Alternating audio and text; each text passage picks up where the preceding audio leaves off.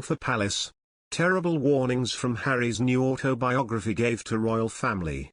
After months of speculation, reports from the US this week suggest that Prince Harry's controversial autobiography will come out later this year, and his former biographer says the family need to prepare themselves for a series of shocks.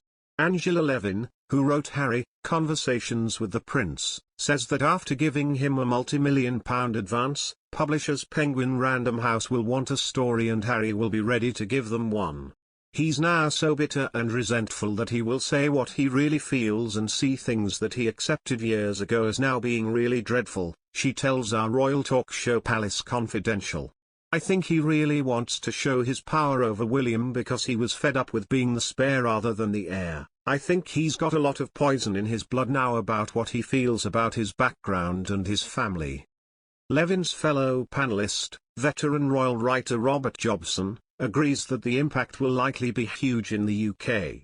It's going to be the up-to-date stuff that's going to be the explosive stuff. Who made who cry in the Meghan and Kate scenario, he tells the programme. I'm sure those things, if they are addressed at all, will cause major problems.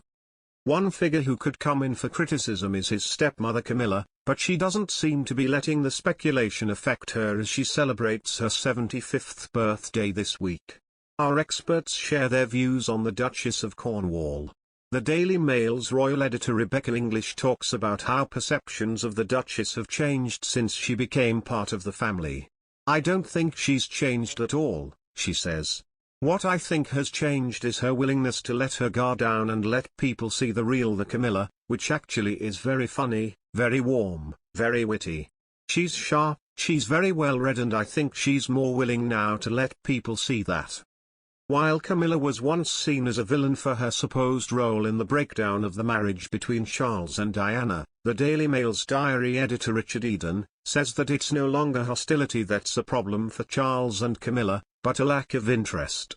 The public just aren't very interested in Charles and Camilla, and that is a problem, he says.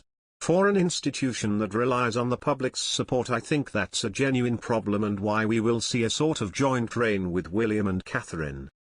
The Duke of Sussex's $20 million book contains yet more explosive truth bombs, page 6 can exclusively reveal.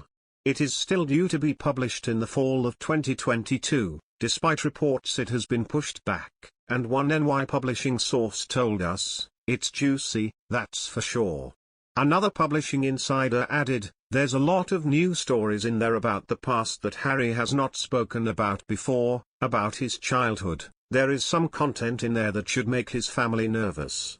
As page 6 revealed previously, Harry has gone out of his way, however, not to include anything derogatory about his grandmother, Queen Elizabeth.